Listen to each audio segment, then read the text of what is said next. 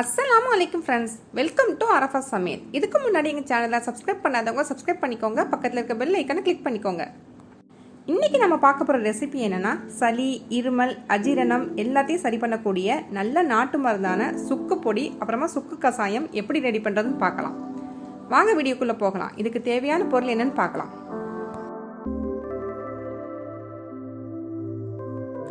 100 gram சுக்கு, சித்தரத்தை 25 gram, நறுக்கு மூலம் 25 கிராம், சாரணவேர் 25 கிராம், அக்கரா 10 கிராம், மாவிலிங்கப்பட்டை 10 கிராம், அலிமோதிர குச்சி 6 கிராம், ஓமம் 12 கிராம், வாய் விலங்கான் 10 கிராம், சனி ஞாயிறு 6 கிராம், கருஞ்சீரகம் 6 கிராம், வசம்பு 6 கிராம். இது எல்லா பொருளுமே நாட்டு மருந்து கடையில் கிடைக்கும். கொஞ்சம் கடினமாக இருக்க பொருளை சுத்தியில் வச்சு லேசாக தட்டி எடுத்துக்கலாம். மிக்சியில் பவுடர் பண்ணுறதுக்கு இந்த மாதிரி தட்டி எடுத்துக்கோங்க. மிக்ஸி ஜாரில் போட்டுட்டு இந்த அளவுக்கு பவுடர் பண்ணி எடுத்துக்கோங்க. இப்போ வாய் விலங்கான், கருஞ்சீரகம், சனி ஞாயர்,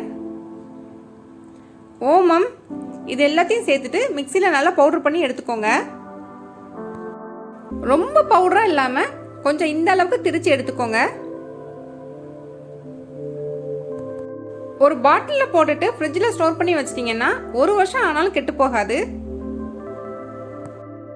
இப்போ நம்ம சுக்கு கசாயம் ரெடி பண்ணிடலாம். எல்லாம் கலந்து பொடி பண்ணி வச்சிருக்க சுக்கு பொடியை 30 கிராம் எடுத்திருக்கேன். கருப்பட்டி 150 கிராம் எடுத்திருக்கேன். இது இல்லைன்னா நீங்க சர்க்கரை 150 கிராம் எடுத்துக்கோங்க. துளசி ஒரு 20 இலை எடுத்திருக்கேன். தூதுவளை இலை 15, ஓமவல்லி இலை 4 எடுத்திருக்கேன். வேப்பிலை 4, வெத்தலை 5, 6 பல்லு பூண்டு, 15 மிளகு எடுத்திருக்கேன். ஒரு பாத்திரத்தில் நம்ம ரெடி பண்ணி வச்சிருக்க சுக்கு பொடியை போட்டுடலாம். நம்ம எடுத்து வச்சிருக்க எல்லா இலையும் உள்ள சேர்த்துக்கோங்க. ஓமவல்லி இலையும் வெத்தலையும் கொஞ்சம் கட் பண்ணி உள்ள சேர்த்துக்கோங்க.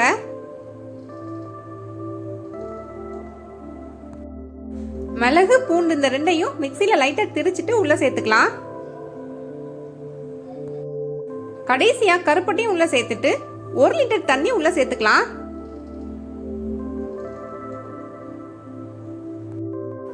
நல்லா கலந்து விட்டுட்டு ஸ்டவ் ஆன் பண்ணி அதை வச்சிடலாம். இப்போ நல்ல கொதி வந்துடுச்சு. 1 லிட்டர் தண்ணி 1/2 லிட்டர் வர வரைக்கும் வச்சுக்கோங்க.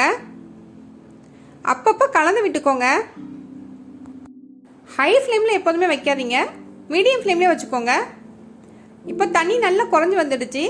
வடிகட்டி வச்சு வடித்து எடுத்துடலாம். ஒரு கரண்டி வச்சு நல்லா அழுத்தி எடுத்துருங்க. அதோட சாறு எல்லாமே நல்லா கீழே இறங்கிடும்.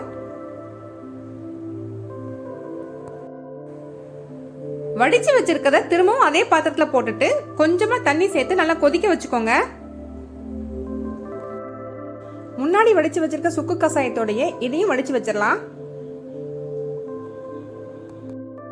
இந்த மருந்தோட எல்லா சத்தும் நல்லா சேர்றதுக்காக 2வது கொஞ்சமா தண்ணி சேர்த்து நல்லா கொதிக்க வச்சு அதோட சேர்த்துக்கிறோம்.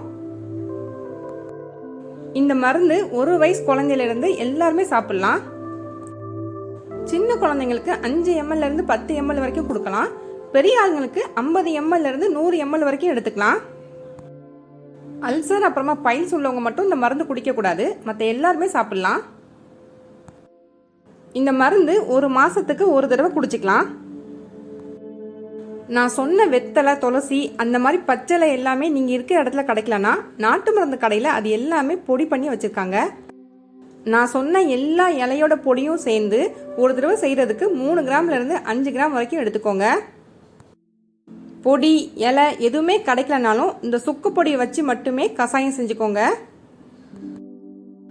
இப்போ நமக்கு சளி, இருமல், அஜீரணம் எல்லாத்தையும் சரி பண்ணக்கூடிய நல்ல நாட்டு மருந்தான சுக்கு கஷாயம் ரெடி ஆயிடுச்சு.